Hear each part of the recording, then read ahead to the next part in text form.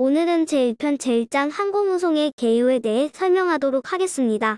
목차는 항공산업의 개념, 항공운송 서비스란 무엇인가? 항공운송산업론에 의해 순으로 설명하도록 하겠습니다. 먼저 제1절 항공산업의 개념입니다. 항공산업의 초기 모습부터 살펴보겠습니다. 1903년 라이트 형제가 동력 비행에 성공하면서 항공기 기술이 발전하기 시작했습니다.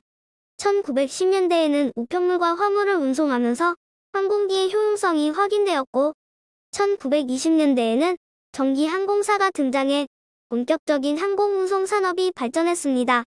초기 항공산업은 항공기의 개발, 시험, 제작, 운송까지 모두 포함하는 포괄적인 개념이었습니다. 하지만 시간이 지나면서 항공기 산업과 항공운송 산업으로 분화하게 됩니다.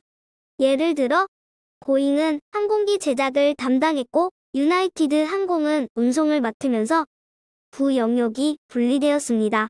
결과적으로 항공산업은 점점 세부 영역으로 나누어지게 된 것이죠. 1950년대에는 냉전과 우주 개발 경쟁이 격화되면서 항공기술과 우주기술이 융합되었고 이를 통해 항공우주산업이 새롭게 형성되었습니다. 2000년대 이후에는 다시 항공산업과 우주산업이 재분리되는 흐름을 보였습니다. 또한 2000년대 들어 항공운송업은 세분화되었는데요. 풀서비스 캐리어, 즉 FSC는 전통적인 서비스를 제공하는 반면 저비용 항공사인 LCC는 서비스를 단순화하고 비용을 낮춰 운영하는 특징을 가지고 있습니다. 현대의 항공산업은 크게 항공우주산업과 항공홍산업으로 구분됩니다. 먼저 항공기 산업은 항공기 개발과 생산, 판매와 관련된 분야이고 항공우주산업은 민간과 군용 항공기, 우주선, 위성, 방위 산업까지 포함합니다. 반면 항공운송산업은 항공기를 이용한 여객과 화물 운송 활동을 의미합니다.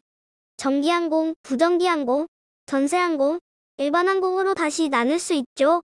항공우주산업은 항공기와 우주 비행체, 관련 부품과 소재의 제조, 조립, 개조, 수리까지 모두 포함합니다. 또한 항공기와 우주 비행체를 활용한 다양한 사업도 함께 다루고 있습니다.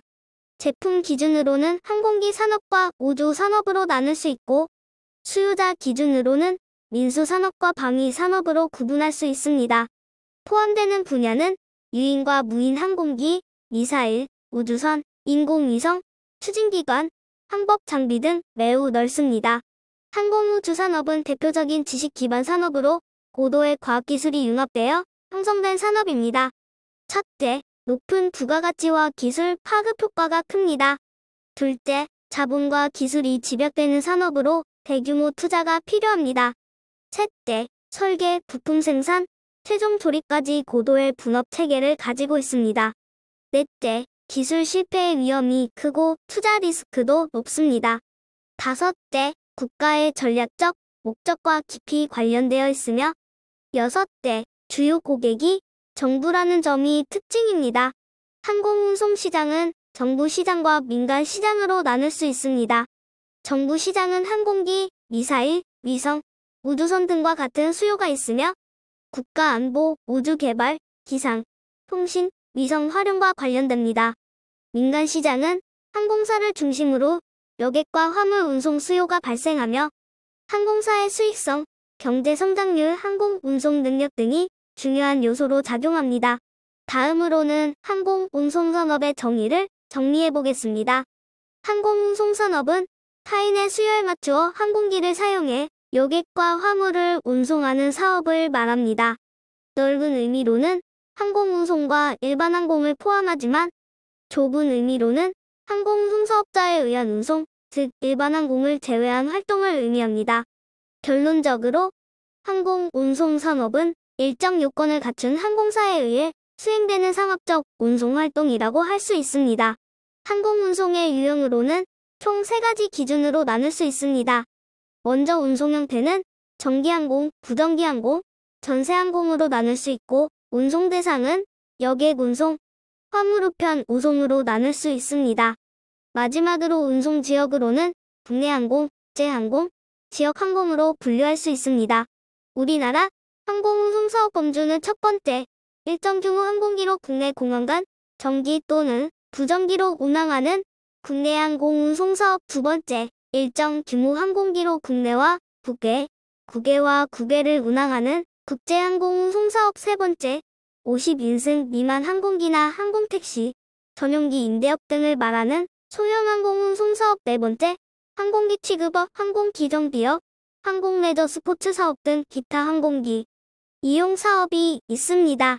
항공운송 산업의 특성으로는 첫 번째, 생산 판매 동시성이 있습니다.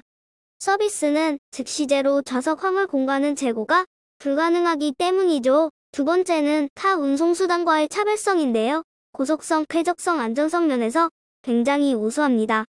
세 번째는 국제항공협정이 필요인데 국제운송은 반드시 양국 간 항공협정 체결 후 가능합니다. 마지막 네 번째 특성으로는 기술적 규제가 있습니다.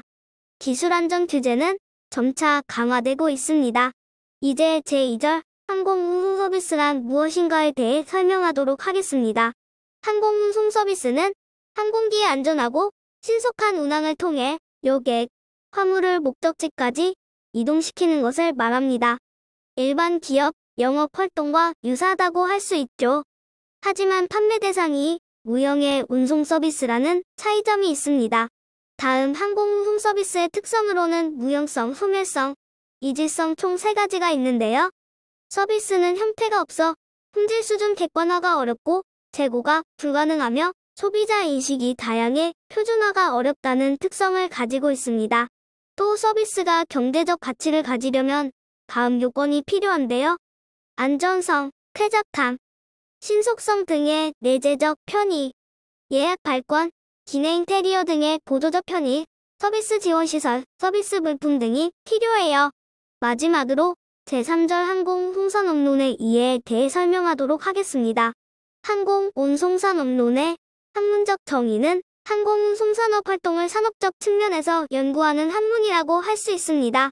항공기에 의한 인적, 물적, 운송활동을 거시적 관점에서 연구하고 예측과 통제를 통해 실무에 기여하는 실천 학문입니다. 항공운송산업론의 구성체계 및 학문적 위치로는 총 세 가지의 접근 관점이 있는데요. 일반 경영 환경, 법률 제도를 알아보는 거시적 환경이 있고 시장 경제 이론과 산업제도 구조를 바라보는 시장현상과 이론이 있고 산업규제 정책 운송 시스템을 알아보는 제도와 규범이 있습니다.